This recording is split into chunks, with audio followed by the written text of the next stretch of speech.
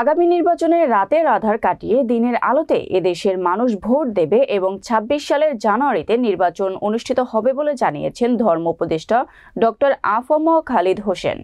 চট্টগ্রাম থেকে রুমেন চৌধুরীর তথ্যচিত্রে বিস্তারিত।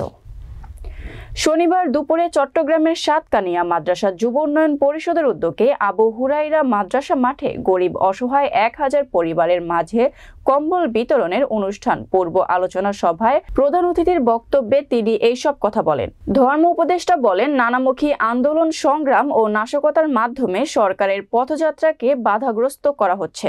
এরূপ নাশকতাকারীরা কোনোভাবেই ছাড় দেওয়া হবে না।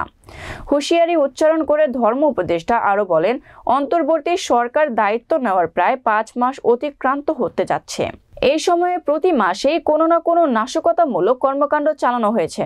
এ সময়ে সচিবালয় ঘেরাও করা হয়েছে। এছাড়া সাম্প্রদায়িক বিষবাম ছড়ানো ও পাহাড়ি বাঙালি সংঘাত উস্কে দেওয়ার চেষ্টা করা হয়েছে।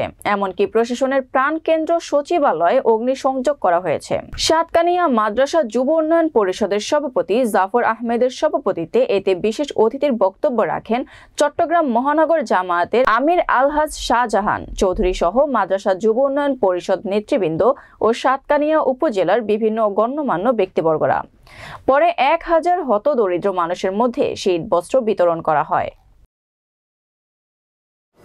এবং আমরা কিছুটা সংস্কারে আমরা হাত দিয়েছি, এগুলো কাজ খুব দ্রুত এগিয়ে যাচ্ছে। আগামী বছরের শেষে অথবা ২৬ সালের প্রথম দিকে আমরা নির্বাচন দেব। এই প্রথম ১৬-১৭ বছর পরে জনগণ তার পছন্দের প্রার্থীকে ভোট দিতে পারবেন দিনের আলোতে, রাতে কোনো ভোট হবে না ইনশাআল্লাহ।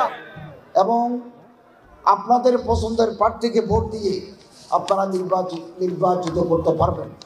যারা নির্বাচিত হবে আমরা তাদের হাতে ক্ষমতা হস্তান্তর করব। এবং আমাদের দায়িত্ব হচ্ছে আগামী দিনে যারা আসবেন রাষ্ট্রীয় ক্ষমতা পরিচালনার জন্য তাদের পথকে মসৃণ করা, সুগম করা।